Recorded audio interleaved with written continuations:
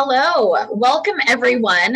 This is Angie Aki with Ohana Investment Partners, and I am joined here today by three partners and people I have met honestly through online networking and developed a relationship with. So if networking online is not something you're doing, I highly recommend it. I connected with Andrew a little while ago, and he has introduced me to some more of his colleagues in his network. And so I wanted to bring them on today because today we are talking about entitlement. So as part of the webinar series through Ohana Investment Partners, the goal is to bring you education on real estate investing every couple weeks and to provide you with value and additional information so that you can evaluate offerings and opportunities as they come about. So these three people really specialize in entitlement. They have a lot of experience in entitlement. And so we'll be walking through what the heck entitlement is and why it may be a really great addition to your investment portfolio. So before we get started, I just want to introduce the people that have been so kind to join us today. So we'll start with Andrew. Andrew Brewer is a commercial operator and developer who brings years of experience and a lot of facets. He is the managing partner at Irongal Investments. And prior to starting Irongal Investments, Andrew has a successful career as a stationary engineer. He, as an engineer, he oversaw operations in high-rise commercial facilities valued individually over 200 million. So there's a lot of experience there. And then we'll jump over to Gil Mishulam. And so Gil is the managing partner at Hyperion Investment Group. He is a qualified real estate finance professional with years of reputable experience underwriting over $2 billion, and that's billion with a B, $2 billion in single asset, multi-asset, and portfolio transactions.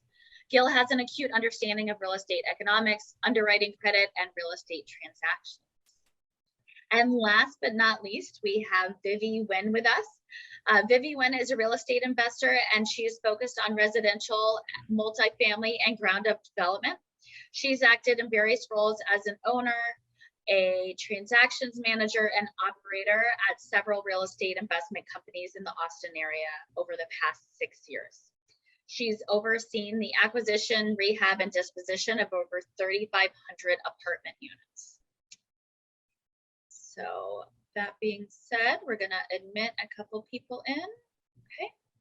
And then we'll go ahead and get started. So you should be able to see my screen, and we're going to keep this really conversational. So the agenda is basically to walk through real estate entitlement and what it is.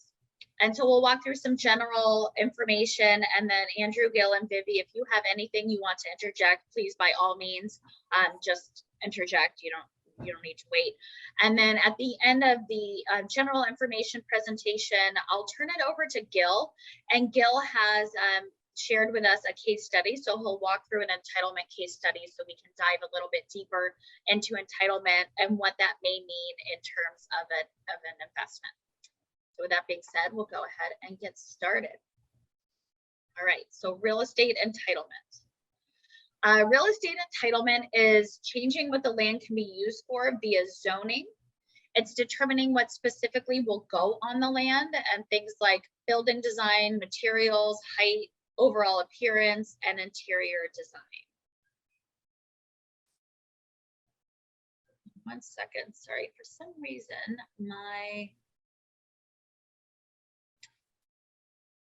bear with me, sorry.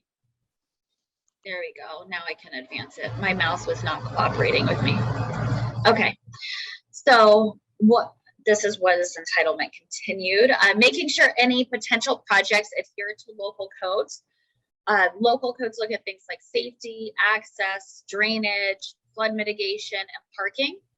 And all of this combines to make sure that the communities are safe and pleasant for residents. So that's what they're looking for. And then designing and selecting on-site amenities or connecting to existing trails, existing parks, or other public improvements. Again, this goes back to ensuring that communities are safe and pleasant, right? Because as residents, that's what we're looking for. Some examples of real estate entitlements are subdivision maps, approved tentative and final maps, architectural design approval, grading permits, and tree removal relocation permits. Do any of the three of you want to touch on any of these examples, kind of a high level? Yeah, I can touch on all of them. For a subdivision map, sometimes that's also called a plat. You may have a preliminary plat and a final plat, and essentially what that shows is not necessarily a subdivision per se, although it might specifically be a subdivision, but it will essentially outline the placement of buildings, what size those building pads will be. It'll outline things like parking, where various amenities are going to be placed, where the roads within a community are going to be, if it's a larger community, where entrances and exits will be, where drainage will be, and all those types of things that would be outlined on the ground. Essentially, when you're reviewing a plat, it's like you're looking at the site from an aerial view, but not like a photo. It's like an aerial view of what eventually will be on the site. And in doing that, you need to make sure that everything on that plat or subdivision map adheres to local codes. So you have things like, setbacks and, minimum roadway widths and requirements, for things like fire access, making sure that, emergency vehicles can navigate the site. You have to take all of that into account when you're designing your subdivision map or your plat map. Architectural design approval generally is the next step after you have a plat. And in that, you'll have your building pads that are outlined on your plat map or your subdivision map.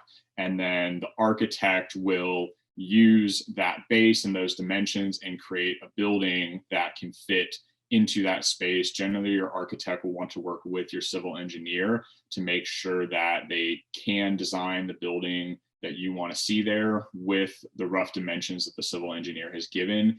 And the civil engineer will want to make sure that when they're conducting things like soil studies and when they're designing those building pads, outlining things like select fill or anything that might need to go in, that those building pads can support the weight of whatever building you're going to put on there. If you're putting a one-story building, that's not going to weigh as much or be as big of a deal. But if you're putting, a 20-story skyscraper onto a site, you're going to have to make sure that the ground underneath it can support that. And that's where things like soil studies and things like that come in.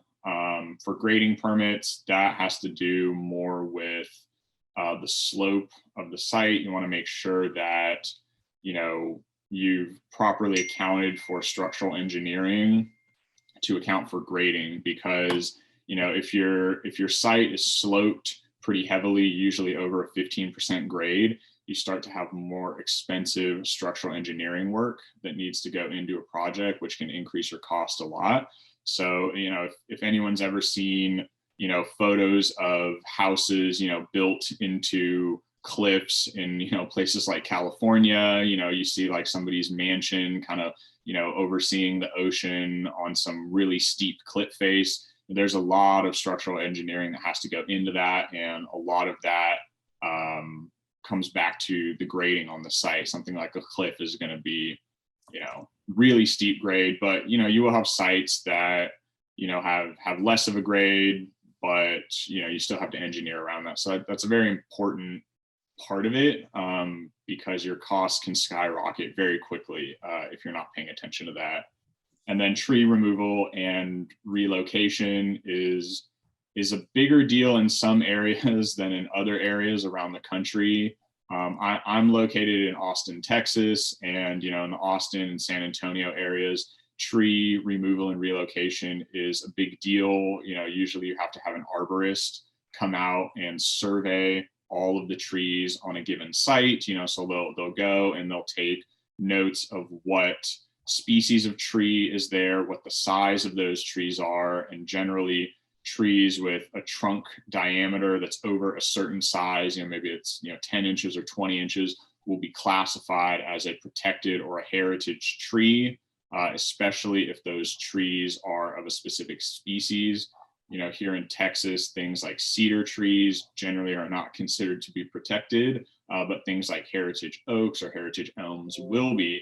And if you want to remove a protected or a heritage tree within a protected species, generally there is a fee that you need to pay or some kind of mitigation that you need to put into effect, whether that's, planting more trees somewhere else on your site, or whether that's, paying a fee in lieu to the city so that they can go and plant trees on public ground, like, maybe in a park somewhere or on some, land that the city owns.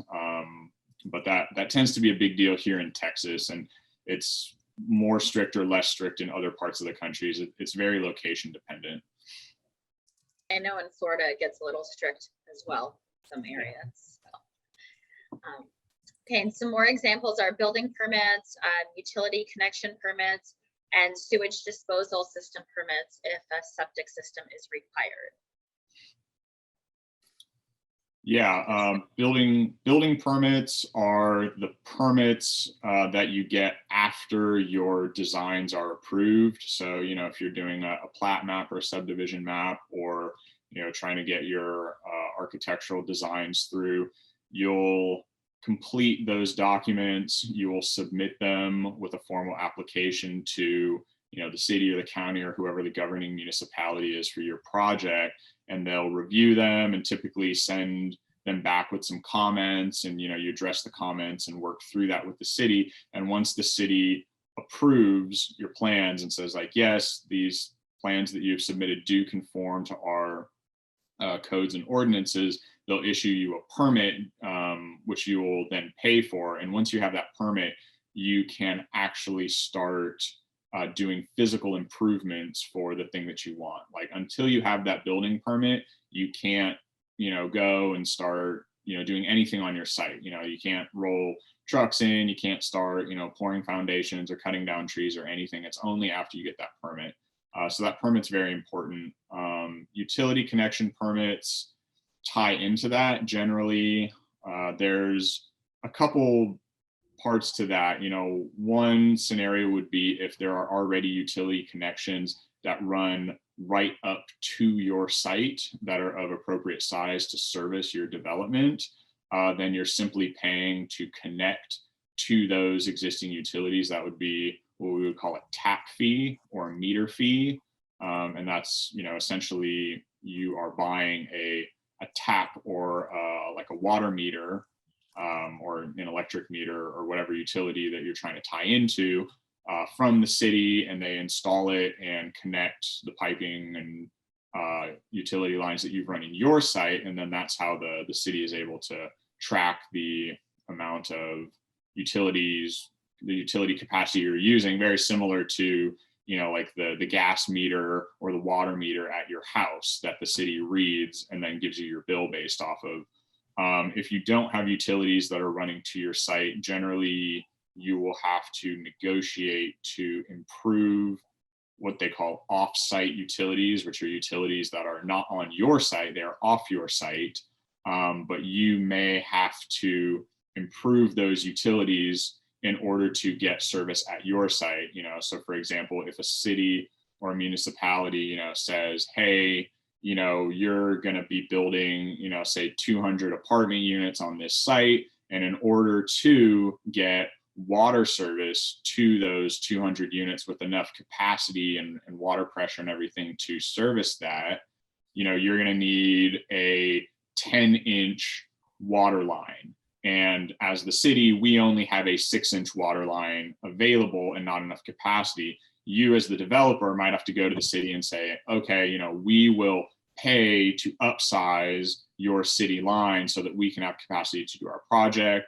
Sometimes there's a negotiation there with the city, perhaps the city will pay for part of it, and maybe you as the developer pay for another part of it, or, that becomes much more of a tricky negotiation there. And that's one of the big wild cards in development, is trying to figure out the offsite utility cost, because cities are always forward looking. They want to improve their lines at, developers' expense, because, they need more capacity as cities continue to grow. And sometimes, they'll be a little aggressive. Sometimes they'll be kind of nice. I've personally done projects where, the city's been very nice and just, said, hey, we'll just, have you upsize whatever utility lines to the size that you need to service only your development, and that's going to be the most minimal cost. I've also had projects where the city came and said, well, in order for us to let you do your project, we want you to do not only the improvements that are needed for your site, but also a bunch of additional improvements so that we can start servicing other developments that are, I guess, as I would say, downstream in their maps from yours.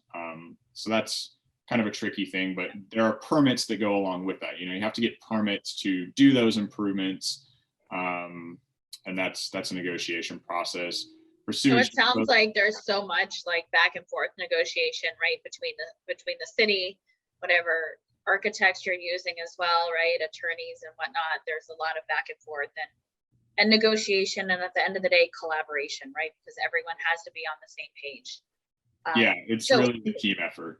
Yeah, with all of these things, there's a lot that goes into it. Do you find that, I know, the three of you have done multiple entitlement projects. Do you find that once you find maybe a city or an area that's a little more negotiable or easier to work with, do you find that you're doing, multiple projects in that area just to streamline it, or does that come into play at all?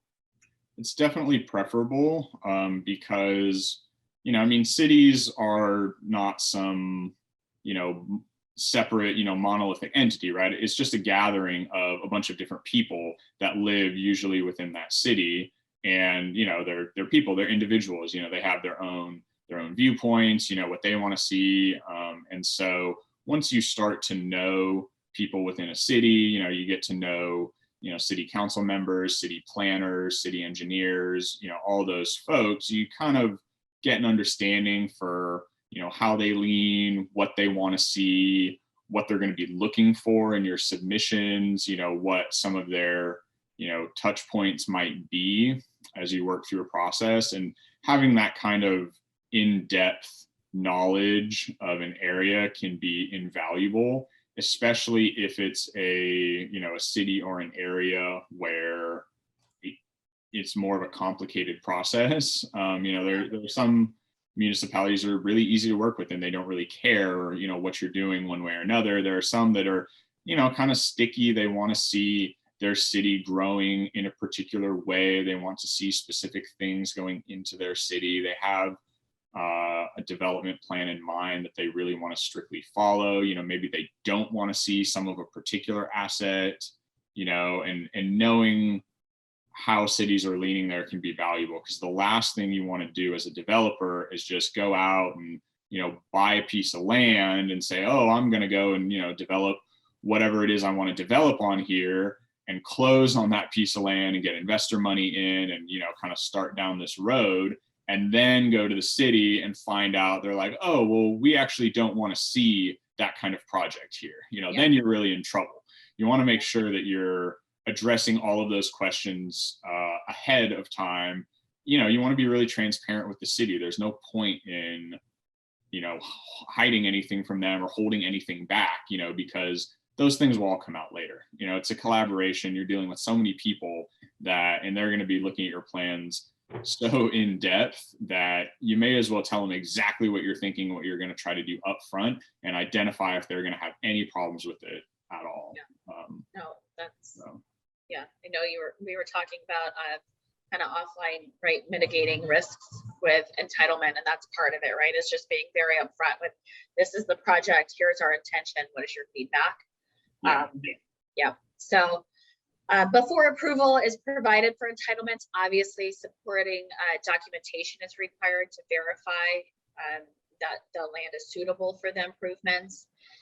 Some of the specific steps that are taken, obviously, as Andrew was walking us through it, it does sound very involved. It is.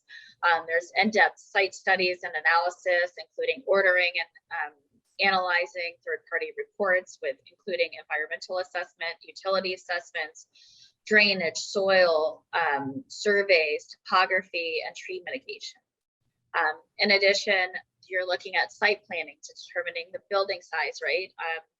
And placement of buildings, adherence to codes around parking. I know in Florida, parking is a big thing that people working on entitlement projects kind of get stuck on or have to work with, right? So around parking, setbacks, drainage, and incorporating existing features of the land and modifying the land itself. Drafting of civil engineering documents and calculations for drainage, flow of water, placement of utility lines and building pads are all part of the process. And then, oops, sorry, I went backwards. I did not mean to go backwards. And then obviously drafting of architectural documents for building design is important. Drafting of mechanical, engineering, plumbing, structural, fire mitigation. I feel like the list goes on and on and on, right? So it sounds like entitlement would be really easy, right? You just buy a piece of land and you get it entitled and this is what we want to do, right? But it's really, it is very involved. It is a very intensive process. And, you know, obviously you all know what you're doing. You have the experience, you have to know what you're doing or be working with someone that knows what they're doing. Design of offsite utility improvements, submission and revision of all above documents, and stamped approval, right? That's like the end goal, stamped approval. And then payment of any fees or public required bonds for maintenance and performance of offsite utilities. And I know you touched on that a little bit. So before we get into the case study, because the case study is next, but so why may entitlements be a good addition to your investment portfolio? And I'll ask you guys your opinions as well, or what you've seen. But at the end of the day, if you're looking at builders or developers, they like entitled land, right? They want to build and develop. So we walk through a lot of the steps that have to happen to make the land shovel ready.